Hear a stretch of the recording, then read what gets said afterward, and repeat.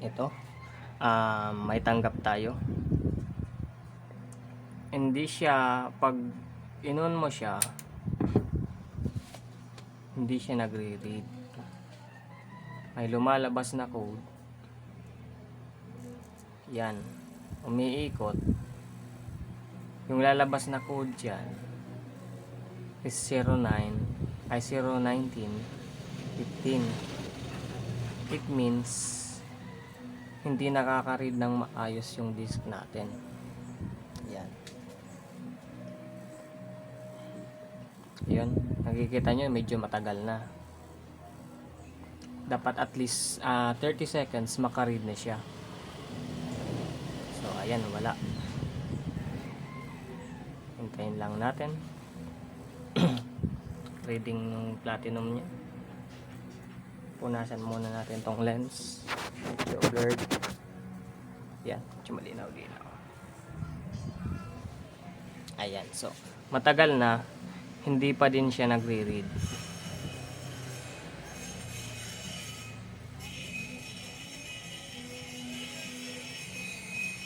Platinum Reina 3 nga pala siya, version 1.5. Waiting siya tayong mag-read.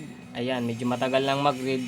May red yung laser natin, and sometimes nangyayari to kapag bagong palit yung disc player or luma na, stock na.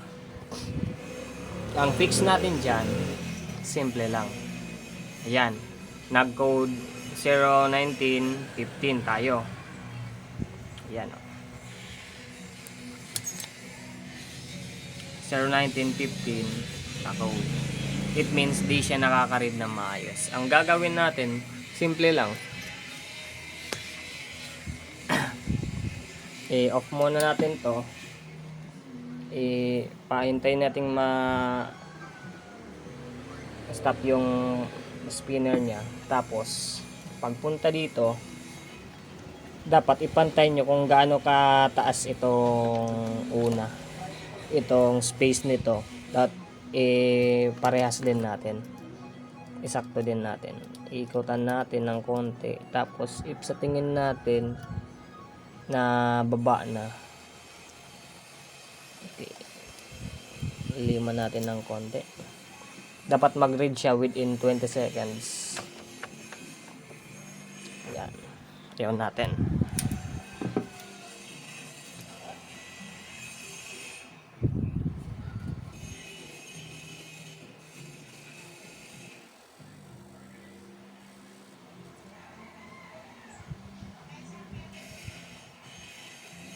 Kapag di pa din siya nag-read, galawin niyo uli, tapos i-adjust niyo ng konti, pababa or pataas, depende na sa inyo. Ganun lang kadali yung fix. Ganun lang kadali yung fix. Kapag hindi pa din nakuha, try nyo magpalit ng ribbon, dahil sometimes yung ribbon, if naisalpak nyo siya, may papasok na dumi. Yung isa pa nitong problema is ito. 7, 8, 9, 0. May sound yung yung mga recorded niya, like numbers and intro. Tapos pag play mo ng sound, ayan, walang MIDI. Hindi yan nakapost ha. Hindi po siya nakapost. Ayan o. Baba lang natin dahil baka makopyright yung image.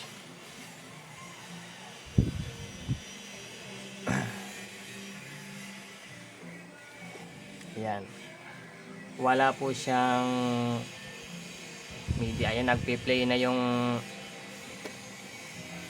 sounds natin, pero next video naman to.